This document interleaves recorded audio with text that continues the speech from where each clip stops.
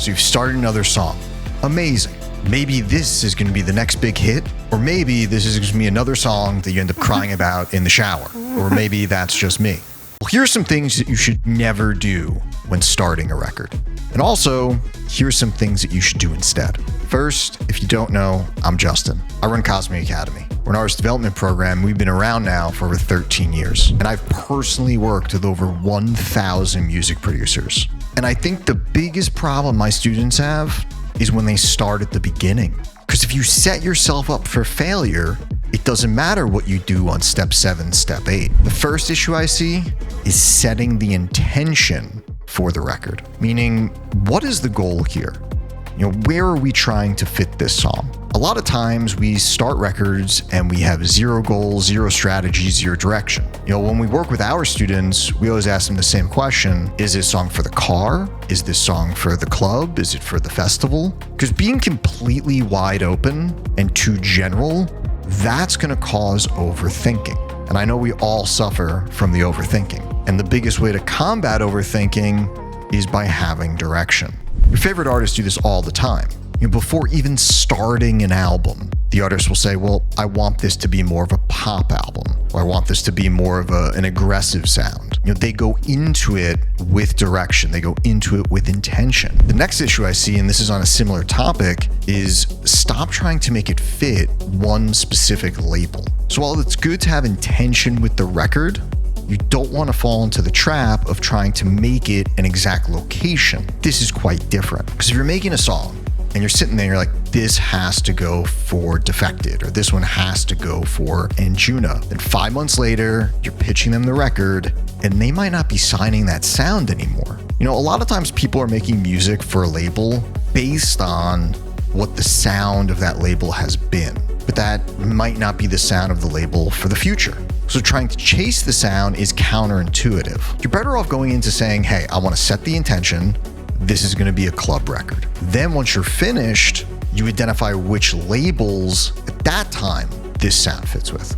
That gives you more options. You don't want to put all your eggs in one basket. Next issue I see, you start a record and you're trying to make a remix into an original. Here's what I mean. Often I'll have a student that came to me that made a whole remix or a whole edit, and they're like, okay, so what do I do with this now?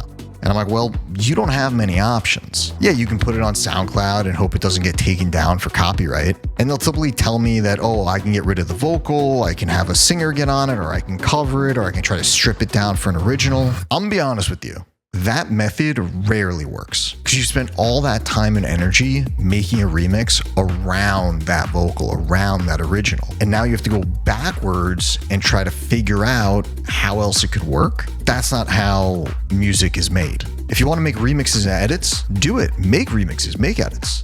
That's great for your set. That's great for promo. I love that stuff. But the method of making a remix just to try to strip it down and turn it into an original, that's a lot of unnecessary work, and it's almost in like a backwards direction. The next issue I see, and this is a huge one when you're starting out with your music, is people don't have a game plan for the record. How do you plan on marketing your stuff? How does this fit into a release schedule? When are you trying to get this out? How does this fit into the rest of your catalog?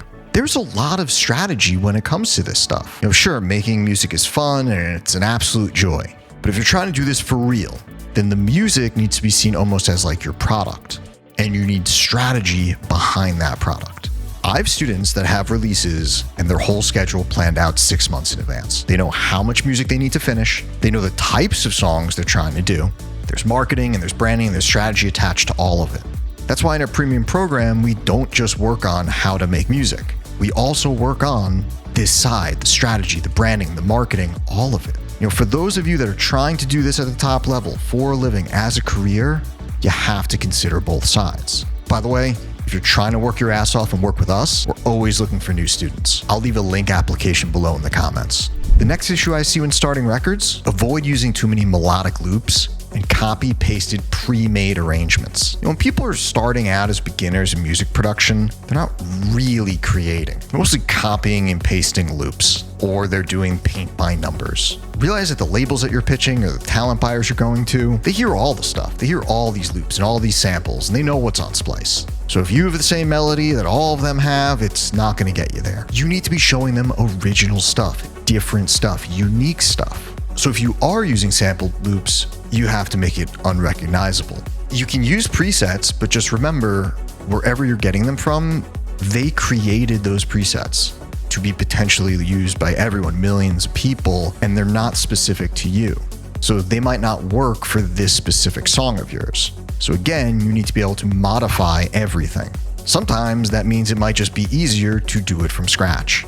This is why the knowledge of sound design is so important and learning these things is so important. You know, if you're truly creative and you're able to make anything, then you're less reliant on kits or the done-for-you downloads, and that's where you want to be. Another issue I see when starting is people wait to pick a vocalist at the end of the process. Very often I'll have a student of mine that makes a record and they use a template vocal or some famous record. They put that vocal on there as a placeholder. They arrange and produce everything, and then they remove the vocal and it's an instrumental. And then they start sending it to singers. That is so much harder for them. The key, the melody, everything you've done was based off the original vocal you used. Now you're asking this new person to fit themselves into it. That's a very small box. Instead, you start out from the get-go and say, hey, this is going to be a vocal record. I know that. Then let me go get a vocalist and start working with them now. You build a song with the singer. You know, let them work with you. Let them collaborate, feed into their strengths. And if you're not used to collaborating like this, please start. Music and the music business, it's all about working with others. And what's great is working with someone else, it's going to inspire you. It's going to get your creative juices flowing in maybe a different way. So it's better to start the record with that intention. And by the way, if a lot of this stuff is new for you and you haven't done it, we have full videos on our channel based on every topic that we discussed today. I'm going to have the algorithm pick one specifically for you to watch next. I'm going to see you in there.